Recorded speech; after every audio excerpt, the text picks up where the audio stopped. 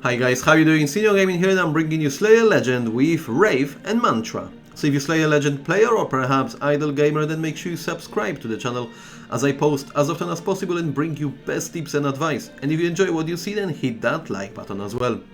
Right then guys, so obviously Rave and Mantra are the two final skills you unlock in the game, and in order to do so, you need to unlock either Immortal weapon or Immortal accessories. So what I mean exactly, if we head over into equipment, as you see I have now finally managed to land on that very tier of the weapon, and this is obviously Immortal 1 Sword of the Light.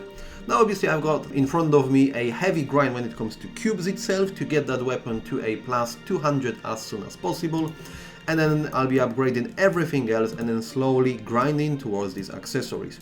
So obviously you also got a Immortal representation in the form of Orb of Hope, and this way you'll be able also to unlock a skill. So it doesn't matter which one you're gonna unlock first, if you do so and then head over into a skill section, you're gonna unlock this brand new tiny icon next to a learn skill, and if you tap on it, it gives you this introduction to a very two last Immortal skills. So let's just kick off with a Rave, and actually you'll be able to learn a Rave the moment you have unlocked a weapon, and basically Mantra the moment you have unlocked accessories. Because if you tap on the Rave itself, and before we discuss that in a greater details, let's go to a skill acquisition. And in that very section, as you see, obviously directly from here you'll be able to learn the skill, and I'm gonna do that in just a second. But as it stands, obviously you've got your criteria fulfilled. So the moment you unlock that very weapon, you're gonna have 1 of 1. Bear in mind, you also need that one extra weapon from a grade 1. And in this game, which is pretty unique and it works in your favor, actually you'll be able to sacrifice this very weapon, and despite you're gonna actually end up with a 0 out of 1, because you have unlocked it already, you are able to equip it and obviously boost your overall damage output.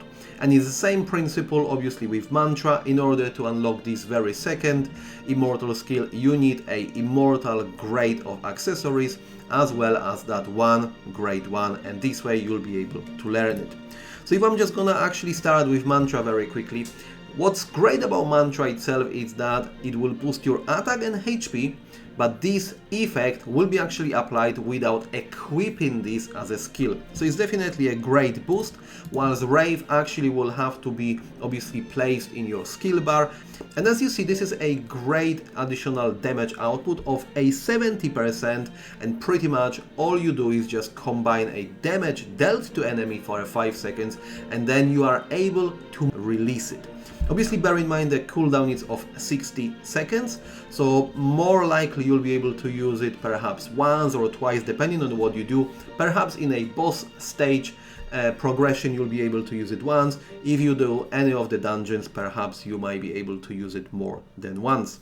And obviously a final tip when it comes to this very skill is to always ensure, if you want to maximize potential, to use it with all possible activated buffs and other skills which will boost your total damage.